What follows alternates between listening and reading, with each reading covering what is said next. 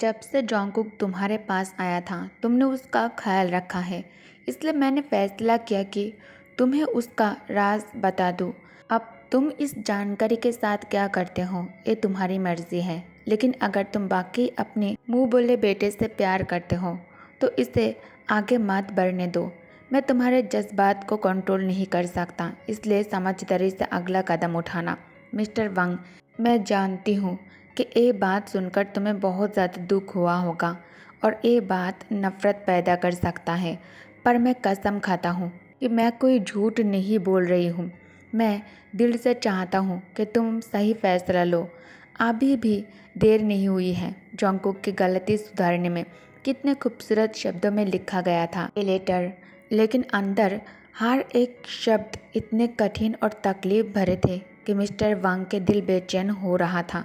उसने सोचा कितना कमज़ोर इंसान होगा जिस इंसान ने ये लेटर लिखा, जो अपनी पहचान छुपाकर एल से इल्ज़ाम लगाता है दूसरों पर। और कौन हो सकता है ये जो उसकी मासूम बेटे के खिलाफ ये सब कुछ लिख रहा है। गुस्से में मिस्टर वांग ने लेटर को मोड़ कर फेंक दिया। उसे ये सब जोंगकुक की इज्जत के खिलाफ एक बड़े अपमान जैसा लगता है। जोंगकुक हमेशा ईमानदार था। वो ऐसा गलत काम कभी सोच भी नहीं सकता था करने के लिए। फिर मिस्टर वांग के जहन में एक पल के लिए याद आया जब उसने जोंगकुक को रात को जंगल से लौटते देखा था, वो भी नाइट सूट में, हल्का सा थका हुआ चेहरे के साथ। मिस्टर वांग के हाथ कांपने लगता है, पर उसने तुरंत वो याद हिला दिया अपने दिमाग से। नहीं, ये सब झूठ था। सिर्फ एक जलन रखने वाले ने ये सब कुछ लिखा था जोंगकुक के खिलाफ। अगर सच होता तो लिखने वाले ने अपना नाम क्यों नहीं दिया। मिस्टर वांग के अंदर गुस्से की लहर उठने लगता है। जितना वो लेटर की बातों को झुठलाता, उतना ही उसका खून गर्म होता जा रहा था। उसने लेटर को इतनी जोर से पकड़ा कि उंगलियों के जॉइंट सफ़ेद हो गए। कॉटेज की लकड़ी की जमीन मिस्टर वांग के कदमों के नीचे चकराने लगे। जब वो आगे पीछे चक्कर काट रहा था, सब कुछ धुंधला सा हो गया और अगले ही पल मिस्टर वांग ने लेटर को आग में झोंक दिया। कागज़ धीरे धीरे जलकर राख बन गया, पर उसकी आंखें उस आखिरी लाइन पर अटका रहता है। He is currently in a relationship with an engagement. Mister वांग की आवाज़ हल्की सी टूट जाती है। ये मेरी जोंगकुक नहीं हो सकता। आग ने लेटर को निकाल दिया, पर मिस्टर वांग के दिल का गुस्सा और दर्द वैसा ही था। उसने बचा हुआ राख इकट्ठा करके पीछे के खेत में खोद कर गोबर के नीचे दबा देता है। फिर वो अपने हाथ मुंह धोकर वापस आकर कुर्सी पर बैठ जाता है। उसके सामने अब भी वही तस्वीर था। जोंगकुक का रात के समय जंगल से अकेला लौटना घर पर। हर बार वो याद आता तो मिस्टर वांग को लगता जैसे जोंगकुक एक भटकता लड़का है जो रास्ते में खो गया हो। नहीं, कभी नहीं, मिस्टर वांग बार बार खुद से कहने लगता है, जैसे एक मंत्र हो। उसने अपने दिल को डांट कर कहा कि वो कभी अपने बेटे पर शक नहीं करेगा और किसी बुजदिल के लिखे शब्दों पर उसकी इज्जत पर सवाल नहीं उठाएगा। नेवर। इतना सोचने में वो इतना डूब गया कि उसे खुद का कंपन महसूस भी नहीं हुआ।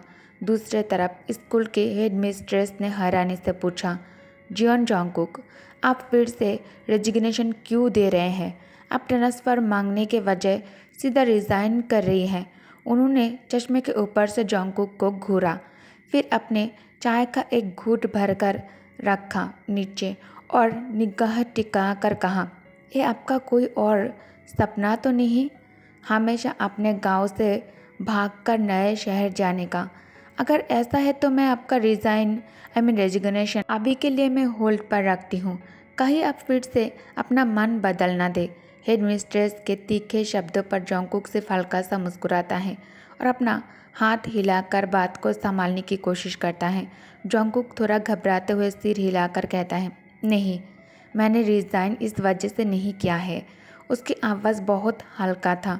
हेडमिस्ट्रेस ने अपने हाथ जोड़ लिए और जोंगकुक को और गौर से देखते हुए सीधा पूछ लिया, क्या तुम शादी कर रहे हो जोंगकुक? जोंगकुक की आंखें एकदम बड़ी हो जाती हैं, चेहरे पर हल्की सी लाली आ जाता है। नहीं, उसने जल्दी से कहा, फिर नीचे देखकर अपनी उंगलियों से खेलने लगता है। जब जॉन्गकुक और कुछ नहीं कहता तो हेडमिस्ट्रेस उसकी चुप से थोड़ी सी परेशान हो गई है। जॉन्गकुक, कम से कम तुम मुझे अपने इस अचानक डिसीजन का रीज़न बता दो। मैंने हमेशा तुम्हें मेहनती और अच्छी टीचर के रूप में देखा है, तो मुझे समझ नहीं आ रहा है कि तुम क्यों स्कूल छोड़ना चाहते हो। जॉन्गकुक ने थोड़ा रुक कर कहता है, मैं फिर से कॉलेज इंटर्न्स की तैयारी करना चाहता हूँ। ये बोलते वक्त उसने अपने शर्ट और पैंट को जोर से पकड़ लिया। एक झूठ था जिसे उसने बहुत प्रैक्टिस की थी हेडमिस्ट्रेस से कहने के लिए। हेडमिस्ट्रेस ने उसकी रेजिग्नेशन लेटर दोबारा रीड करती है और हैरान होकर कहती है, कॉलेज? तुमने अपने लेटर में इसका जिक्र नहीं किया था। मुझे याद है तुम कैपिटल के यूनिवर्सिटी जाना चाहते थे। सही कहा ना? हेडमिस्ट्रेस को ये बात पसंद नहीं आ रहा था, पर फिर भी उसने चुपचाप एक्सेप्ट किया। आखिर वो टीचर्स को अपने कैरियर इम्प्रूव करने से रोक भी तो नहीं सकता था ना। थोड़ा सोचने के बाद हेडमिस्ट्रेस फिर से कहती है, अगर यही तुम्हारी वजह है तो मैं तुम्हें रोक नहीं सकती। तुम रिज़ाइन कर सकते हो जॉन्गकुक। जॉन्गकुक ये बात सुनकर मुस्कुरा देता है, झुकता हुआ शुक्रिया अदा करता है। लेकिन ये मुस्कान भी एक नाटक था जिसे करने के लिए जॉन्गकुक बहुत ज़्यादा रिहर्स किया था, जो उसने अपने चेहरे पर बनाए रखा जब तक वह प्रिंसिपल के ऑफिसर से बाहर नहीं निकल गया। जैसे ही उसके कदम खाली हॉल में गूंज रहे थे, उसके चेहरे की मुस्कान धीरे धीरे मिट गया। बाहर से बच्चों की हंसी आवाज़ से सुनाई दे रहा था उसे, जो स्कूल से अपने घर जा रहे थे। जॉन्गकुक को महसूस हुआ कि उसके जाने का दिन बहुत ज़्यादा करीब आ रहा है। जॉन्गकुक विंडो से बाहर की तरफ देखता है। बाहर का मौसम शुरू हो रहा था। खेतों में हर जगह हरापन, हरियाली फैल रहा था। बगल के एप्पल ट्री पर नए फूल खिलने लगे थे। जॉन्गकुक को बस अपना प्लान आगे बढ़ाता रहना था। सब कुछ उसके हिसाब से ही हो रहा था। उसे सिर्फ एक चीज़ चाहिए था, ड्यूक का और ज़्यादा जुनून और ज़्यादा चाहत। कभी कभी वो सोचता था कि शायद ये प्यार है जो वो दिख रहा है, लेकिन उसे पता था ऐसा नहीं हो सकता। वो इतनी मासूम तो नहीं थी। उसे मालूम था कि कोई दिल का पत्थर कभी सच्चा प्यार कर ही नहीं सकता। ड्यूक की हर दया और मेहरबानी सिर्फ एक नाटक था ताकि जॉन्गकुक उसके मर्जी के हिसाब से चले। उसे समझ ही नहीं आया था कि सब एक जाल था और वो खुद ही उस जाल में फंसा हुआ शिकार बन गया था। ड्यूक का अंधा विश्वास और उसकी बेवकूफ़ी, वो हर वादा सच मानते जा रहा था जिससे जॉन्गकुक तोड़ने वाला था। फिर भी जब भी वो उसके चेहरे की मुस्कान, हंसना या फिर छोटी सी खुशी देखती थी, उसका दिल तेज़ धड़कने लगता था, जैसे वो सच में उस इंसान की चाहत बन रहा हो। जैसे वो चाहता था अब बस एक चीज़ बाकी था, उस रिश्तों को तोड़ देना और उस विश्वास के टुकड़े को उसके खिलाफ ही घुमा देना। जॉन्गकुक टैक्सी में बैठ जाता है। जॉन्गकुक अपने इरादों को और ज़्यादा मजबूत करता है। उसके अंदर जो हल्का सा डर था, उसने उसे दबा दिया और खुद को याद दिलाया कि ये सब उसके प्लान का हिस्सा है बस। उसके कान में ड्यूक की मधुर आवाज़ गूंज जाता है जब वो उसे प्रीति बुलाता था और मीठी मीठी आवाज़ में उसके कान के पास आकर विस्पर करता था। वो जानता था ये सब बस जहर है और अगर वो और डूब गया इसमें तो खुद को बर्बाद कर लेगा। उसकी आंखों में ड्यूक की गहरी नीली नज़रें उभर आता है। जब जब जॉन्गकुक को तयंग की गहरी नीली आंखों की याद आता है, एक पल के लिए जॉन्गकुक का दिल रुक जाता है। उसने सोचा अगर ये सब सच होता तो, अगर ये रिश्ता सच में आगे बढ़ता तो, पर तुरंत जॉन्गकुक अपने आप को समझाता है, मैं क्या सोच रहा हूँ, ये सब बेकार है। जॉन्गकुक के पेट ज़्यादा बाहर ना आए और किसी को कुछ भी पता ना चले, इस वजह से जॉन्गकुक बहुत ज़्यादा डाइटिंग करता है। और अभी जॉन्गकुक को देखकर कोई ये नहीं कह सकता कि वो प्रेग्नेंट है। हालांकि कुछ ही महीनों में, हाथ में सिर्फ 2 या फिर 3 ही महीने रह गए थे जॉन्गकुक के बेबी आने में, और किसी को कुछ भी पता नहीं है। जॉन्गकुक बस मन ही मन एक ही दुआ कर रहा था कि काश ये बेबी रात जाने पर ही हो तो किसी को कुछ भी पता नहीं चलेगा और आरविश में उसके अंकल को किसी के सामने सिर झुकाना नहीं पड़ेगा।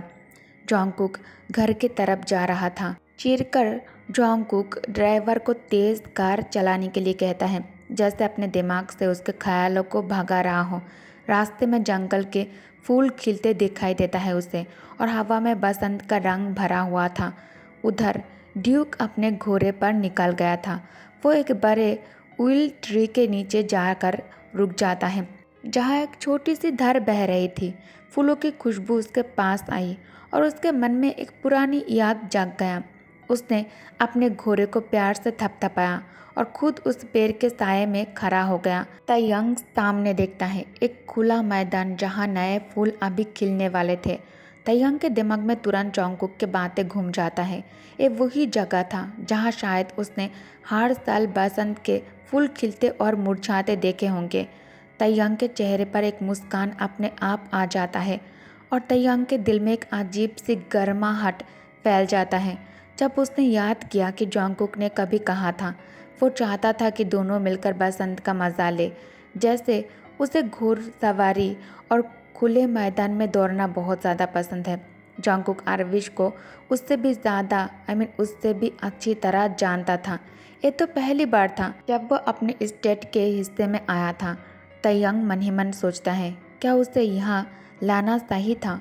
शायद जोंगकुक आरविश से उसे ज़्यादा मोहब्बत करता है और तायंग को इस चीज़ से बहुत ज़्यादा जलन होता है। लेकिन अब चाहे जो हो, उसे राट्स लाना ही ठीक होगा। उसने मन ही मन तय किया, वो आयु से शादी करेगा और जोंगकुक को राट्स में अपने पास रखेगा। Problem solve. राट्स में तायंग जोंगकुक के साथ उसके सपने पूरा करने का नाटक भी जारी रखेगा, जैसे उसे उसके कॉलेज की मदद करना। पर असली बात ये था कि वो हर रोज़ उसे अपने पास रख सकता था। उसके लिए ये एक आसान जीत थी। वो पेड़ के सहारे सिर टिकाकर आसमान की तरफ देखने लगता है। पहले के दिनों में कभी तायंग ऐसा हल्का फुल्का महसूस नहीं किया था। ये सब सिर्फ जोंगकुक के वजह से था और तायंग चाहता था कि ये सिलसिला कभी रुक के ही नहीं। थोड़ी देर में वो नींद में चला जाता है। उसके सपने में जोंगकुक एक खुले खेत में नाचे जा रहा था। धूप और फूलों से घिरा हुआ मंजर, उसके हाथ उसे बुला रहे थे, जैसे वो हमेशा के लिए उसका हो। उसके दिल में एक अजीब सा सुकून था और सपने में भी तायंग उसके आहट और छवि महसूस करता है। जब आँख खोलता है तो नीली आसमान लाल नारंगी रंग में बदल चुका था। सूरज डूब रहा था। उसने कपड़ों से धूल झाड़ी और गहरी सांस ली और वापस अपने घोड़े पर जाकर बैठ जाता है। तायंग लंबा वक्त बिताने के बाद भी उसका चेहरा बिल्कुल शांत था और तायंग धीरे धीरे दौड़ते हुए अपने महल की तरफ लौट रहा था। बस कुछ दिनों में फिर से बसंत आ जाएगी। अभी के लिए उसे सिर्फ अपनी प्यारी कैनरी की याद आ रही थी, वो भी बहुत ज़्यादा। ओके गाइस, तो इस पार्ट को मैं यही एंड करती हूँ। Thank you for watching. Bye bye.